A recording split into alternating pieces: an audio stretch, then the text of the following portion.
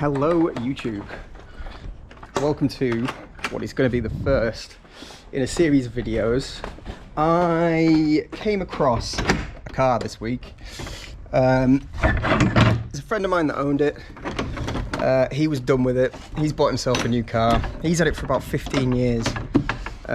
He was going to scrap it, and I couldn't really allow that to happen. So Mini is going to go. Going to get that sold and onto the next project, and a project it most definitely is.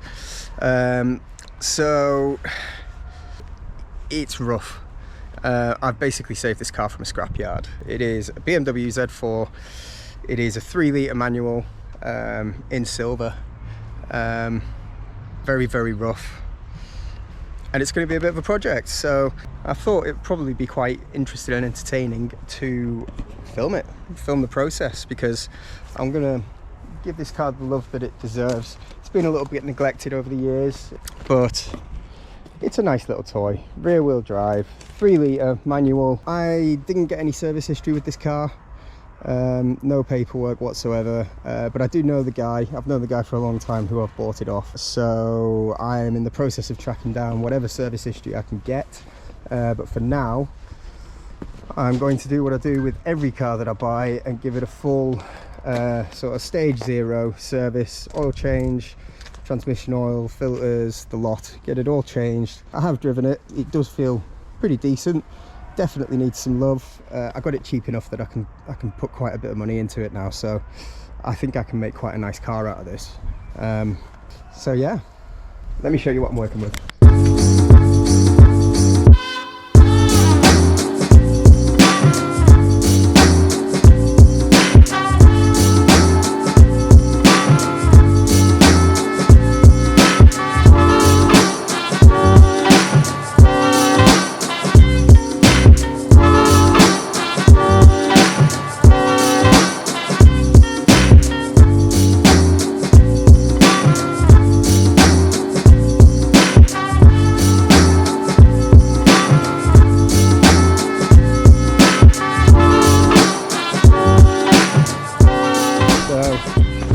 First jobs, need to go and get all the stuff. I've actually ordered most of it already, and it's all here, but what I haven't ordered and I don't have enough of is gearbox oil, so I am just nipping to Halfords to get it. Yeah, I've got a tyre pressure monitor light on, fires up on the button, no rough idle or anything like that. Yeah, just knocking on for 130,000 miles, but the thing drives well, it drives nice. Quite a nice day, so might as well do this. What's the point in having a convertible if you don't use it?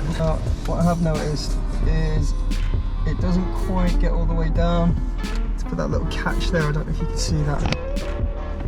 And what you need to do is just gulp it in, and it stays in. I don't know if anyone's ever seen that before, or if there's a trick to it or something. Just let me know in the comments, please.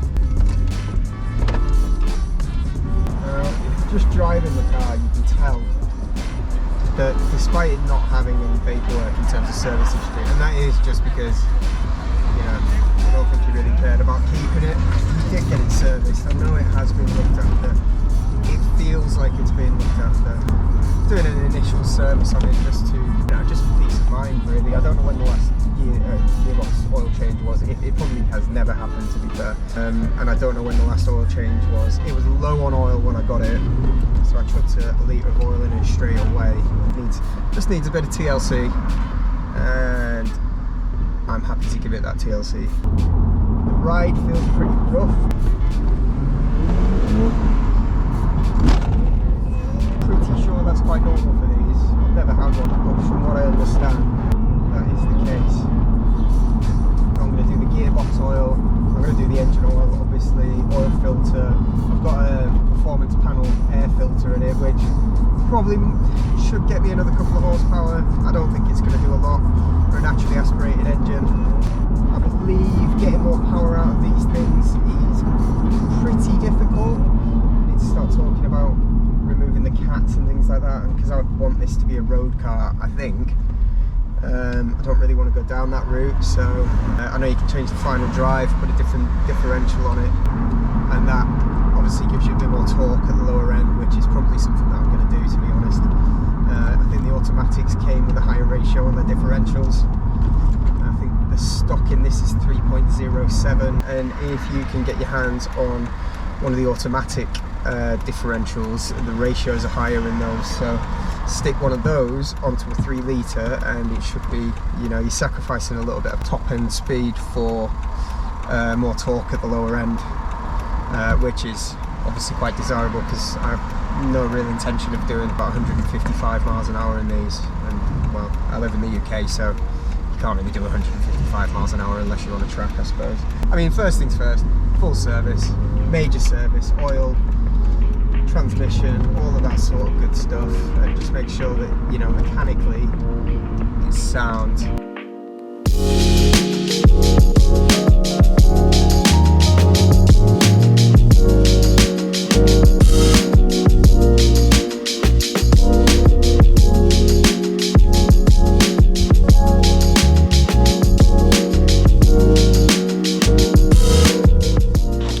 So like I said, I only picked this car up this week, so this is the first time I've managed to get it in the air, be able to have a look underneath it.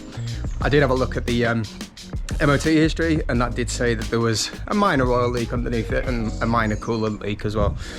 So I'm going into this with an open mind. I don't really know what I'm going to find, but straight away I can see something that I don't really like the look of. Definitely been some oil leaking out of there at some point. Everything else looks pretty reasonable. Let's get all these panels taken off and see what we can see, eh?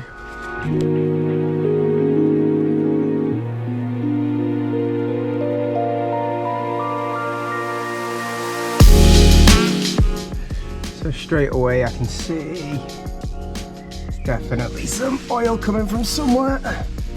I'm not sure where exactly at this point. Looks like it could be coming from up there. Possibly a couple of oil leaks. Is that potentially a crank seal, maybe? Everything else doesn't look too bad, to be fair, but let's have a look at this as well. I'll get this off.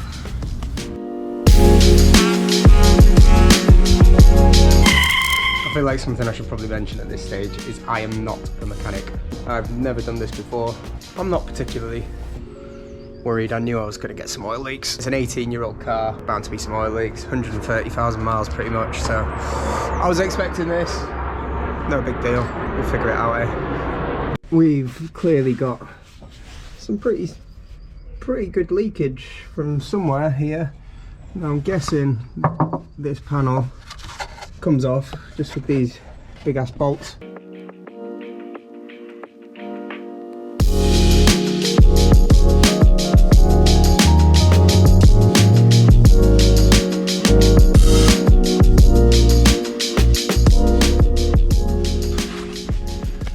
So now that I've got all of these under trays off, you can see what we're working with. I think there's a couple of different oil leaks here. Looks like that might be, and again I'm no mechanic, but I suspect that is crank seal leak, which actually I've just done on the Mini, so I'm not too worried about it. And under here it gets a little bit worse by the looks of things. Is that normal? There's a little piece of rubber jammed in there. Seems a bit haphazard for a BMW, to be honest, but who am I? So looks like possibly where the engine meets the gearbox here. Looks like where it's coming from. Is that going to be a sump gasket maybe? I suspect that is probably what it is. But if anybody has any ideas, leave me some comments, let me know what you think. I haven't paid a lot of money for this car, so I'm not really worried. I'm probably going to clean all this up actually, and then I'll go ahead and crack on with the oil change.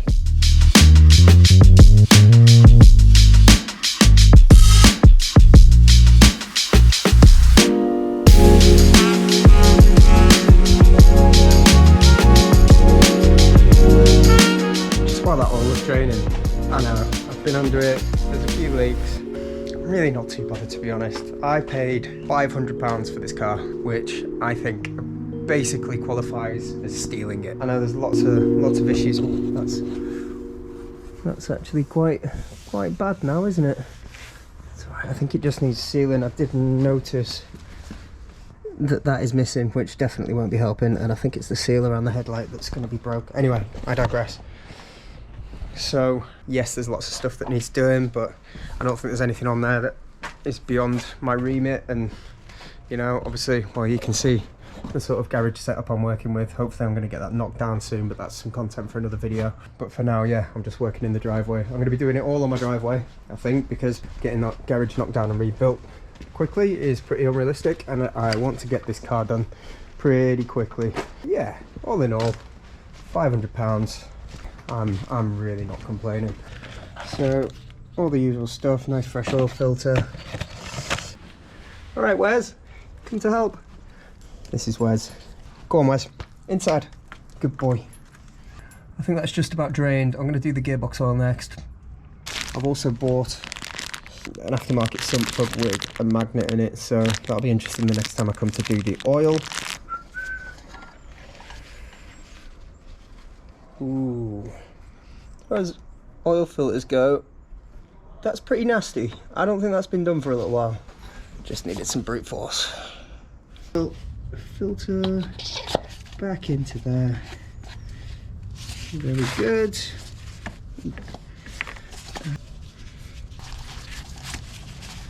Sorted. Done. Now,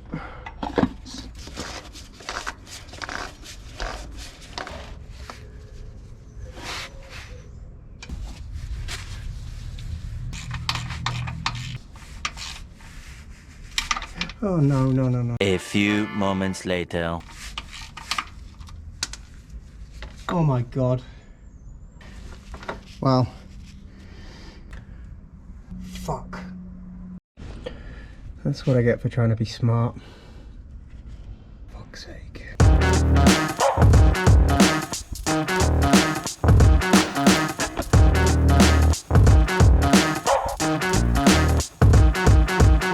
Some time later.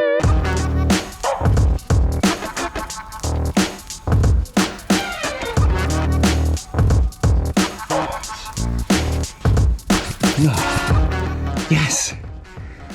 Would not recommend. The original sump plug back in, should I? And this time, yeah, go easy on the tool. Whew, well, that was an adventure, wasn't it? Next, I'm going to do the gearbox off. I think that'll be the fill plug, and that's obviously the drain plug. There is another big plug up there. Surely that's not the fill plug. I'm going to have to look it up. I've googled it. That is indeed the fill plug. That is indeed the drain plug. Now, I know it even says there on the gearbox, lifetime oil, but I don't think anybody really takes that seriously. So, and also, I think this car would benefit from a gearbox oil change. Not that it feels particularly bad, but I'm pretty sure this has probably never been done on this car. I might as well get it done.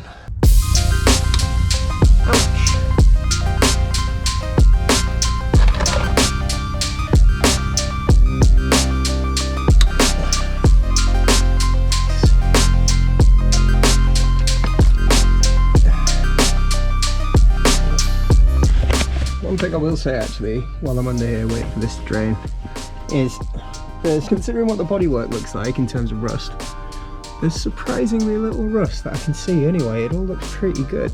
I'm pretty pleased with how this looks underneath, to be honest, considering it's a UK car. We put salt on the roads in the UK.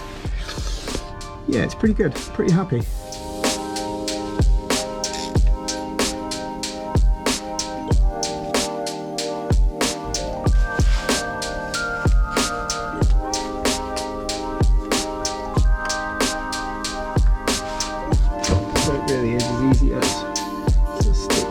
Tube out of the pump and into the gearbox. I suppose you could use a syringe or something instead, but this just makes it pretty easy. And then the other tube just goes into my gear oil.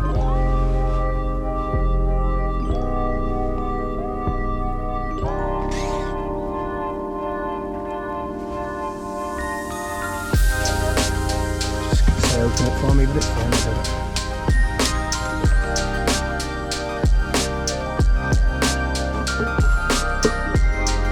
I believe this takes 1.7 litres. There we go. Oh man, I had the perfect amount.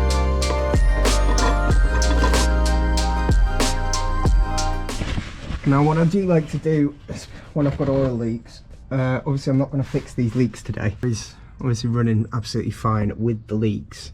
I am going to come back and address them at some point, but what I'm going to do is just give everything a good clean up so that the next time I'm under here it should be a little bit more obvious where the oil's coming from. So I suspect it's the sump gasket, but if I give all this a good spray down with a bit of brake cleaner, you should be able to see where it's coming from a little bit better.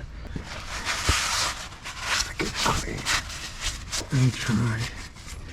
So there we go, it's looking loads better now. Doesn't even look like it's got any leaks, even though I know it does.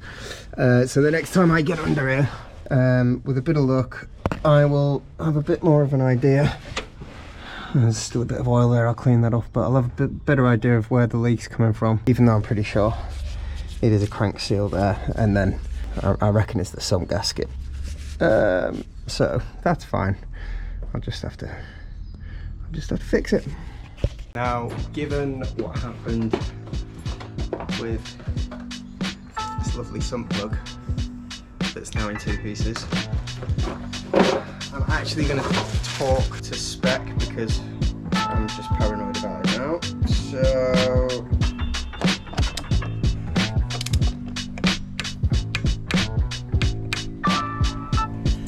nice. I've also bought performance panel filter, ITG one. ITG one, it's the same one I put in the Mini. That just goes in there, super straightforward.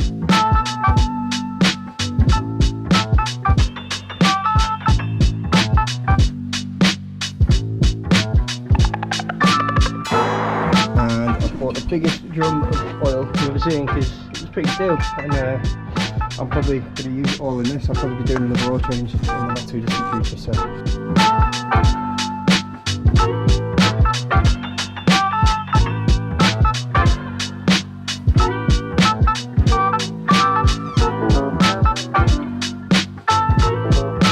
And that just about covers it, to be honest. I'm just going to put it back on the ground, going to go out for a drive. And just test everything. But yeah, if you like this video, give it a thumbs up. If you could click subscribe to my channel because it's absolutely tiny at the moment. I'm trying to grow it. There's going to be a lot more videos like this. You'll be able to follow me on the journey with this Z4. I have no idea how many episodes they're going to be, but this car is going to be absolutely perfect by the time I'm done with it. So if you want to come along on the journey, like I say, please hit subscribe. It really helped me out, and yeah, I'll see you in the next one.